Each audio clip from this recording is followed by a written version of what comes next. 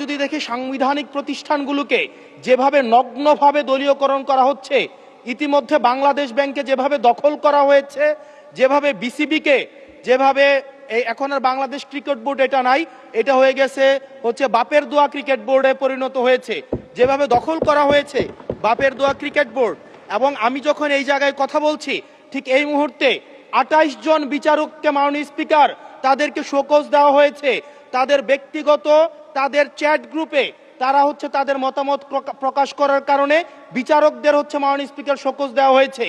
এই বাস্তবতায় আমরা এই গণ অভ্যুত্থান পরবর্তী সময়ে যদি জাতীয় মানবাধিকার কমিশনকে একটা মন্ত্রণালয়ের অধীনে রাখি, স্বরাষ্ট্র মন্ত্রণালয়ের অধীনে রাখি, তাদের মাধ্যমে আমরা নিরপেক্ষ কোনো ধরনের অনুসন্ধান আমরা কতটা পাবো সেটা নিয়ে কিন্তু আমরা সন্দিহান।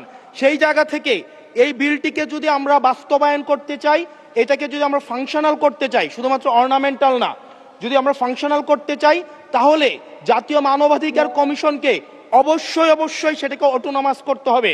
আমার সামনে যারা আছেন, আমরা হয়তো আমাদের থেকে এখানে প্রত্যেকটা সদস্য নির্যাতন, নিপীড়ন এবং তাদের যে পলিটিক্যাল রিপ্রেশনের মাত্রা শত সহস্রগুণ বেশি। আমরা তাদের কাছে প্রত্যাশা করেছিলাম এই জাতীয় মানবাধিকার কমিশনকে তারা একটা স্বতন্ত্র বডিতে নিয়ে যাবে, অথচ আমরা দেখলাম যারা সবচেয়ে বেশি নির্যাতিত হয়েছে, নিপীড়িত হয়েছে, তারাই এটাকে একটা মন্ত্রণালয়ের অধীনে রাখতে চাচ্ছে। এই অজুহাতে যে জাতীয় মানবাধিকার কমিশন যদি অটোনমাস হয়ে যায়, তাহলে সেটাকে হচ্ছে এটার জবাবদিহিতা কিভাবে নিশ্চিত হবে? মাননীয় স্পিকার, আমাদের ইলেকশন কমিশন, আমাদের হচ্ছে পিএসসি, আমাদের হচ্ছে দুর্নীতি দমন কমিশন, যদিও এটা কাজের কেতাবে আছে, গোয়ালে নাই, কিন্তু এটা কিন্তু একাডেমিক ভাবে এটাকে ইভেন ইন্টারন্যাশনালিও এই জিনিসটা কিন্তু অটোনমাস হওয়ার কথা।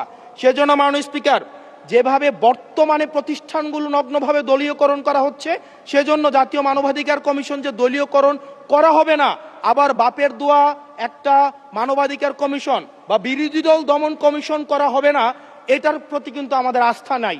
সেই জায়গাটা থেকে আমরা আপনার মাধ্যমে আমরা এই আমাদের মাননীয় স্বরাষ্ট্রমন্ত্রী সহ আমাদের HPM এর কাছে অনুরোধ থাকবে, এই বিলটা পাশ করার আগে যেন জাতীয় মানবাধিকার কমিশনের আমরা এটা যেন ইভেন উনার দলেরও একজন মাননীয় সংসদ এই বিষয়ে বক্তব্য দিয়েছেন এবং উনি পয়েন্ট বাই পয়েন্ট এই বিষয়গুলোকে ব্যাখ্যা করেছেন। যদি জাতীয় মানবাধিকার কমিশন দলীয়করণ করা হয়, দিন শেষে গুম খুন থেকে শুরু করে আমাদের এই জুলাই ইনডেমনিটি, এটা দিন শেষে হচ্ছে যে পেপারেই থেকে যাবে, এটা দিন শেষে কোনো বাস্তবায়ন হবে না। সেই জন্য মাননীয় স্পিকার, এই বিলটা পাশ হওয়ার আগে আমাদের জাতীয় মানবাধিকার কমিশনের এই বিলটা হচ্ছে সুরাহা হওয়া, নিষ্পত্তি হওয়া জরুরি। না হয় বিসিবির মতো আমরা আবার বাপের দোয়া কমিশন দেখতে পাবো, আমরা হচ্ছে বাংলাদেশ ব্যাংকের মতো আবার দলীয়করণ দেখতে পাবো, আমরা বিশ্ববিদ্যালয়গুলোকে যেভাবে এক ধরনের দলীয়করণ করা হয়েছে আমরা সেটি দেখতে পাবো, আমরা বিচার বিভাগকে আবার যেভাবে এখন ভয়ের মধ্যে নিয়ে যাওয়া হচ্ছে। ধন্যবাদ মাননীয় সদস্য।